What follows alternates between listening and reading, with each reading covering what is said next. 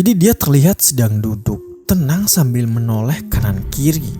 Gak lama kemudian, badannya semakin membesar dan berdiri layaknya manusia. Badannya menyerupai manusia, tapi kepalanya masih anjing dan juga berekor. Dan setelah berdiri, dia melangkah ke pinggir jalan. Ya, selamat malam, selamat pagi, atau selamat siang. Jumpa lagi dengan gua Ipul dari Mahasiswa Siluman. Kali ini gua akan menceritakan sebuah kejadian yang terjadi di tahun 2009 di sebuah desa yang terletak di Jawa Timur. Jadi masyarakat di desa itu pernah dihebohkan oleh kemunculan seekor anjing jadi-jadian yang menurut mereka itu adalah pelaku dari pesugihan. Karena saat itu banyak sekali warga yang merasa kehilangan uang secara misterius dari mulai 5.000 sampai 15.000. Tapi setiap hari. Jadi karena sudah mulai meresahkan, sang kepala desa bersama dengan sepuh dan seluruh warga desa itu melaksanakan sholat berjamaah secara 7 hari 7 malam di jam 11 malam hingga jam 2 dini hari. Dan setelah hari ke-7 mereka semua berkeliling bersolawat sampai ke pelosok desa. Dan setelah itu ada salah satu warga yang melihat kejadian yang tidak pernah dia lihat dalam hidupnya. Kejadian yang sungguh sangat mencengangkan. Penasaran dengan kelanjutannya? Langsung saja mari kita mulai kisahnya. Gunakan earphone-mu, cari posisi nyaman, dan selamat mendengarkan.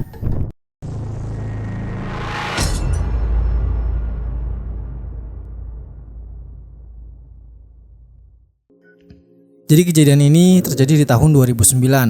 Aku waktu itu masih duduk di bangku SMA. Aku sekolah di luar kota. Dan setiap hari Sabtu, aku selalu pulang. Kegiatan seperti itu aku lakukan selama 3 tahun. Jadi sore itu sepulang dari sekolah, aku mengemasi pakaian kotorku untuk dibawa pulang. Setelah menempuh kurang lebih 1 jam perjalanan, akhirnya sampailah aku di rumah. Di rumah aku punya banyak teman yang tinggal di desa. Setiap hari Sabtu malam, aku selalu berkumpul dan ngopi bersama teman-temanku di desa.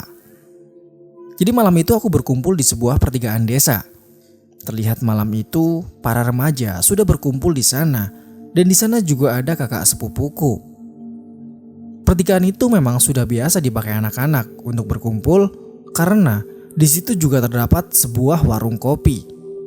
Sepinya malam itu tidak terasa karena kami terlalu asyik memainkan gitar di tengah-tengah pertigaan dengan beralaskan karpet sambil menikmati kopi. Ketika sedang asyik menyanyikan lagu jadul, tiba-tiba dari arah utara, aku melihat ada seekor anjing yang sedang berjalan menuju ke arah kami.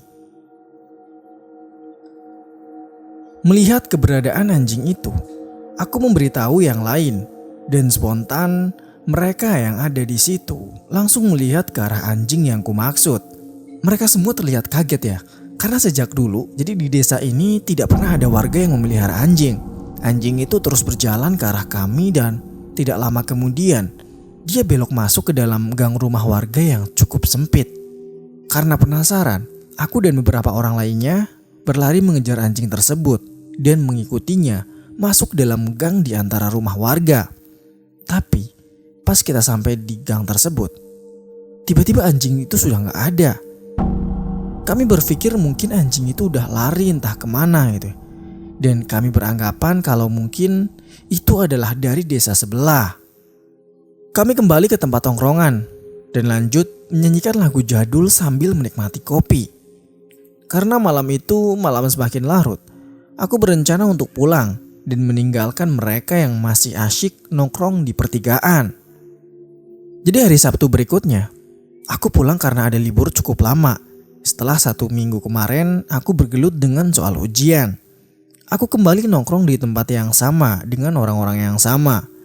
Ya maklum kalau di desa gini nongkrongnya ya di pertigaan, kadang juga di perempatan, dan malam itu kami kembali menjumpai anjing yang seminggu lalu sempat berkeliaran di desa ini.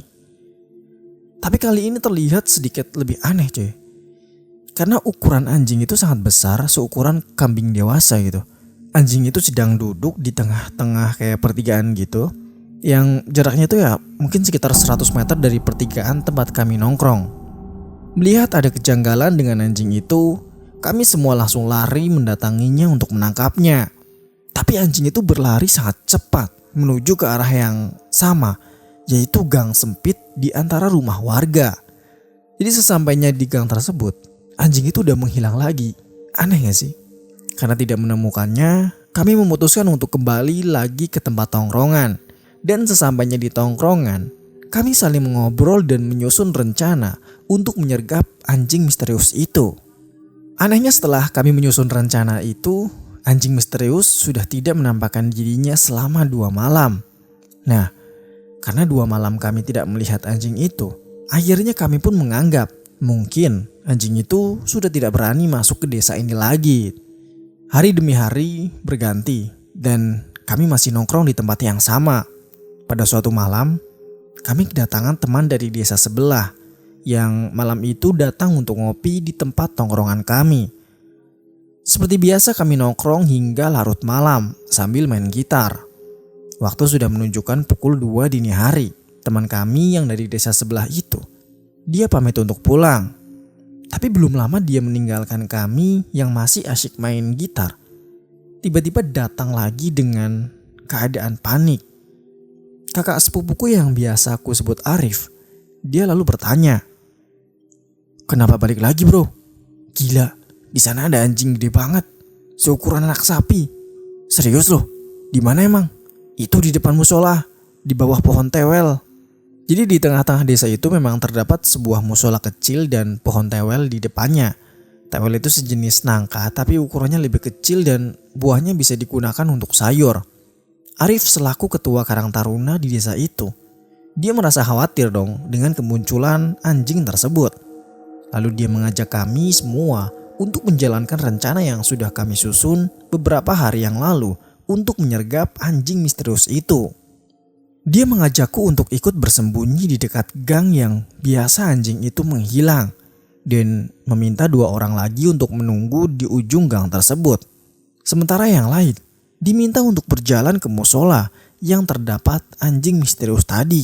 Jadi semua rencananya tuh udah siap. Beberapa orang berjalan menuju ke musola tersebut. Dan sesampainya di sana, ternyata benar. Mereka melihat sosok anjing yang besarnya seukuran anak sapi. Dia sedang duduk tenang di bawah pohon tewel. Melihat kedatangan mereka, anjing itu langsung lari dengan cepatnya. Sepertinya anjing itu berbobot sangat berat. Karena terdengar jelas suara langkah kakinya ketika berlari. Mereka pun berlari dan mengejarnya.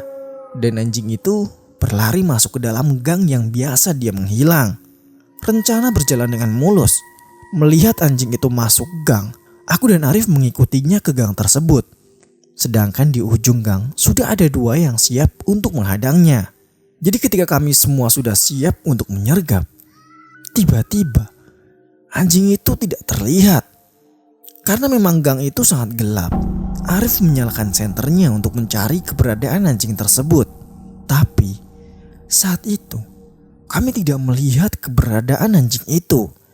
Dia menghilang lagi entah kemana. Padahal tadi terlihat dengan jelas dia masuk ke dalam gang ini. 2 orang yang siap menghadang di ujung gang tidak melihat anjing itu lari keluar gang. Melihat kejanggalan ini, kami mengira mungkin itu bukan benar-benar anjing. Mungkin itu adalah anjing jadi-jadian yang sengaja digunakan warga untuk pesugihan. Jadi ada seorang warga yang kami curigai. Karena jadi tempat menghilangnya anjing tersebut itu tepat di dekat gang rumah orang itu. Tapi kami tidak berani mengambil kesimpulannya karena kami takut kalau dibilang fitnah gitu. Akhirnya keesokan harinya Arif mengajakku untuk melaporkan hal ini kepada Bapak Kepala Dusun. Akhirnya kami menceritakan semuanya tentang anjing tersebut yang tiba-tiba muncul dan menghilang secara misterius itu. Mendengar laporan dari kami, jadi Bapak Kepala Dusun mengambil keputusan untuk mencari orang pintar atau ya mungkin paranormal gitu ya. Beliau pergi ke desa seberang untuk meminta bantuan karena di sana beliau punya kenalan orang pintar. Sesampainya di desa seberang, beliau diberi wejangan dan pulang membawa wejangan itu. Wejangan berarti petunjuk. Jadi sesampai kembali di kampungnya, beliau menemui Arif dan memberikan wejangan itu kepadanya untuk dijalankan. "Le, kowe gelem njupuk sarat iki. "Nak, kamu mau ambil syarat ini?" "Mau pak, saya siap menjalankan perintah bapak. Tapi syarat ini berat nak. Pastinya bakal banyak cobaannya untuk kita berdua. Kalau bapak yakin saya bisa, saya akan lakukan," jawab Arif dengan sangat yakin. Tepat malam Jumat Legi dalam kalender Jawa, Arif berniat berangkat untuk mengambil syarat tersebut ke desa seberang. Karena syarat yang dimaksud adanya ya hanya di sana. Jadi sebelum berangkat, aku sempat menawarkan diri untuk menemaninya. Tapi dia gak mau karena syaratnya harus diambil oleh Arif sendiri. Sekitar habis maghrib, sebelum berangkat, tiba-tiba terdengar berita dari speaker masjid kalau ibu dari bapak kepala dusun meninggal dunia. Innalillahi wa inna ilaihi rajiun. Ini sudah merupakan halangan pertama yang sudah dialami. Jadi mendengar berita itu, Arif segera datang ke rumah bapak kepala dusun dan dia bertanya, "Gimana nih pak? Jadi berangkat gak?" "Tetap berangkat nak, demi keamanan desa. Untuk yang mengurus jenazah biar warga kampung yang lain saja," jawab bapak kepala desa dengan perasaan yang cukup sedih ya. Mendengar jawaban itu, Arif bergegas berangkat dengan mengendarai motor jadulnya seorang diri. Di pertengahan jalan, jadi tepatnya di tengah hutan lah, tiba-tiba ban motornya Arif itu bocor. Lalu Arif menuntun motornya kembali ke kampung yang sebelumnya dia lewati untuk mencari tukang tambal ban. Dan syukurlah malam itu masih ada tukang tambal ban yang masih buka. Setelah udah selesai, Arif lanjut berkendara hingga sampai di tempat yang menjadi tujuannya. Dan setelah dia mendapatkan syarat yang berupa tanah lembut, dia kembali pulang dan menggenggam tanah itu sepanjang jalan. Aku tidak tahu ini tanah apa, tapi menurut cerita dari Arif, jadi syaratnya itu tanah itu harus digenggam hingga sampai rumah. Di tengah perjalanan pulang, jadi Arif ini mengalami gangguan lagi. Karena ban motornya meletus tepat di tempat bannya bocor ketika dia berangkat tadi. Jadi kayak bannya itu meletus di tempat yang sama gitu. Karena memang sudah meletus dan tidak bisa ditambal, terpaksa Arif harus menuntun motornya sambil memegang tanah itu sampai rumah. Sesampainya di rumah, dia memberikannya pada kepala dusun dan beliau meminta agar tanah ini disebarkan di tempat yang biasa dilewati anjing misterius itu. Jadi malam berikutnya, Arif mengajakku dan satu orang lagi untuk menyebarkan tanah itu. Ya sebut saja satu orang itu adalah Irfan ya. Jadi kami bertiga berjalan keliling kampung dan menaburkan tanah itu di tempat yang biasa kami melihat anjing misterius itu.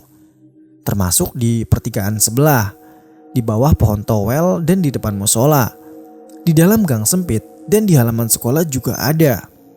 Karena sekolahan itu terletak di ujung gang yang biasa anjing misterius itu menghilang. Setelah selesai, tidak lupa kami berdoa dan nongkrong di tempat biasa kami nongkrong. Malam itu Arif merasa penasaran dengan hasil yang sudah kami lakukan tadi. Dia mengajakku dan Irfan untuk pergi ke sekolahan. Selain tempatnya luas, di sana juga lebih sepi. Setelah sampai halaman sekolah, kami duduk berjajar di tengah halaman sekolah. Nah, tiba-tiba kami mendengar ada suara ledakan yang sangat keras. Seperti suara petasan, dan suara itu bersumber dari arah pojok selatan timur sekolah. Mendengar suara itu spontan kami semua kaget dong dan menoleh ke arah sumber suara itu.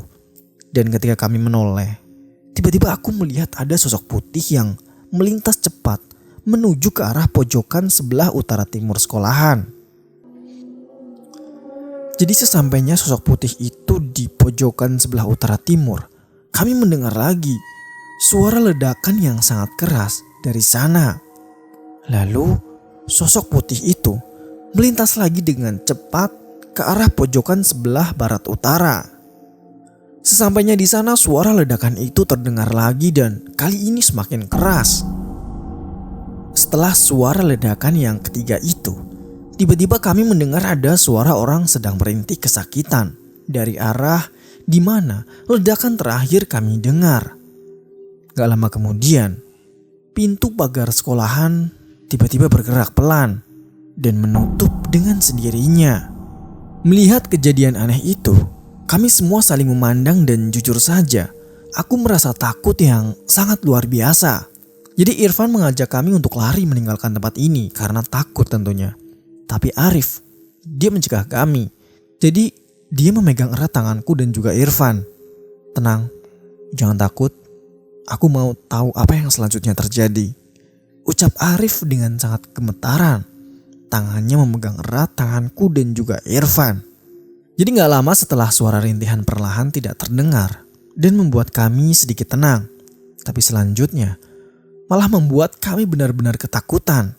Jadi dari pojokan terakhir kali kami mendengar suara ledakan, terlihat ada kepulan asap kecil yang keluar dari dalam tanah. Dan lama-kelamaan asap itu semakin membesar hingga membentuk sosok pocong yang sangat menyeramkan. Pocong itu terlihat sedang bergerak-gerak seperti menahan sakit. Melihat sosok pocong itu, kami lari terbirit-birit melalui pintu belakang sekolahan. Kami tidak berani melalui pintu depan, ya karena pintu pagarnya sudah tertutup rapat dengan sendirinya. Setelah keluar dari sekolahan, kami segera menuju ke tempat biasa kami nongkrong di pertigaan. Dan terlihat malam itu suasana pertigaan sangat sepi. Mungkin karena ini sudah larut malam kali ya, sehingga anak-anak yang lain itu sudah pada pulang. Jadi malam itu kami tidak ada yang berani pulang karena takut. Selain rumah kita berlawanan arah, kami juga takut sosok pocong tadi akan datang ke kamar tidur. Kan gak asik ya. Hingga akhirnya kami memutuskan untuk tidur di musola saja. Ya sembari menunggu azan subuh. Jadi sesampainya di sini, kami yakin kalau anjing yang biasa kami temui di kampung ini adalah anjing jadi-jadian. Dan mungkin sengaja digunakan warga untuk pesugihan. Sedangkan sosok pocong itu merupakan wujud dari pelakunya. Beberapa hari kemudian, setelah kejadian yang kami alami bertiga itu, kampung terasa aman. Dan beberapa malam selanjutnya, anjing misterius itu sudah tidak terlihat lagi. Tapi tidak dengan malam-malam selanjutnya, sosok anjing misterius itu tiba-tiba muncul lagi di kampung. Bahkan lebih parahnya itu semakin menjadi-jadi karena banyak warga yang merasa kehilangan uang sedikit demi sedikit. Bahkan orang tuanya Arif pun gak jarang kehilangan uang yang sudah disimpan di dalam lemari. Jadi uang yang hilang itu gak banyak ya. Mungkin ya hanya per 5.000, 10.000, dan 20.000. Tapi setiap hari gitu. Mendengar pengakuan dari warga, aku jadi berpikir gitu. Perasaan beberapa malam ini anjing itu udah gak terlihat berkeliaran ya. Apa mungkin ada hewan lain yang ngepet? Jadi malam itu kami sedang nongkrong di tempat biasa dan aku membicarakan soal itu sama kakak sepupu Arif sambil kami bermain gitar, ngopi dan juga bercanda. Jadi di tengah-tengah keasyikan itu, tiba-tiba ada teman kami yang dari kampung sebelah datang dan ikut nongkrong bersama. Sambil minum kopi, dia menanyakan tentang anjing misterius yang pernah dia lihat beberapa hari yang lalu. Kami pun menjelaskan kalau anjing itu sudah tidak lagi terlihat berkeliaran di kampung ini. Tapi kami tidak mengatakan kalau anjing itu adalah anjing jadi-jadian. Jadi kurang lebih sekitar jam 2 dini hari, teman kami yang dari desa sebelah itu pamit pulang. Dia pulang dengan menggunakan motornya dan melewati musola tengah kampung. Jadi gak lama kemudian, kejadian yang sama terulang lagi. Dia kembali dengan keadaan yang sangat panik. Gila, di sana ada anjing lagi dan gede banget. Mendengar itu, kami dan semua orang yang ada di situ berjalan menuju ke musola sambil membawa kayu milik warga yang dijemur di depan rumah. Tapi sesampainya kami semua di sana, anjing misterius itu tidak ada. Entah teman kami tadi hanya berhalusinasi atau memang anjing itu sudah pergi. Mana bro? Gak ada tuh. Tadi di situ bro. Gede banget dan hitam. Karena waktu itu memang sudah tidak terlihat, kami membiarkannya. Dan karena hari sudah larut malam, kami semua pun memutuskan untuk pulang ke rumah masing-masing. Karena rumahku berlawanan arah dengan rumah kakak sepupuku Arif, kami pun berpisah. Arif berjalan pulang seorang diri. Jadi di tengah perjalanan pulang, tepatnya di sebuah belokan, Arif sempat melihat anjing misterius itu berlari ke arah sawah warga. Tapi yang dilihatnya kali ini bukan anjing berwarna hitam, tapi warnanya coklat tua. dia berlari ketakutan. Tapi di sisi lain, anjing itu terlihat sangat besar, seukuran sapi dewasa. Dan sesampainya di rumah, Arif ini berpikir, kok masih ada ya anjing misterius itu? Pagi harinya, dia mengajakku melaporkan kejadian tadi malam ke bapak kepala dusun lagi. Mengingat banyak warga yang merasa kehilangan uang sedikit demi sedikit. Kali ini beliau mengajak kami untuk menemui mbah yang berinisial S. Karena beliau adalah sesepuh di kampung itu. Setibanya di rumah Mbah S, jadi Arif ini menceritakan semua tentang anjing misterius itu kepada beliau. Dan menurut beliau, itu memang anjing jadi-jadian yang sengaja digunakan untuk pesugihan. Beliau meminta kepada bapak kepala dusun untuk mengumpulkan warganya, minimal itu adalah 40 orang, untuk sholat malam selama 7 hari dan dipimpin oleh beliau sendiri. Jadi sebagian warga ikut melaksanakan amanah itu. Mereka sholat malam di masjid dari jam 11 malam hingga jam 2 dini hari. Mulai dari sholat hajat, sholat witir, sholat tahajud, dan lain sebagainya. 4 hari kegiatan itu rutin dilakukan. Dan pada suatu malam, lagi-lagi, kami melihat sesuatu yang sangat menyeramkan. Jadi setelah melakukan sholat rutin di masjid, aku dan 3 orang lainnya mampir di tempat biasa kami nongkrong, yaitu di pertigaan. Jadi waktu itu, lampu di jalan pertigaan itu sengaja kami matikan dan kami hanya menyisakan 1 lampu jalan di pertigaan satunya. Kurang lebih sekitar setengah 3 dini hari, kami berempat melihat anjing misterius itu datang lagi di pertigaan satunya yang lampu jalannya itu tidak dimatikan. Jadi pertigaan itu berjarak kurang lebih 100 meter dari sini.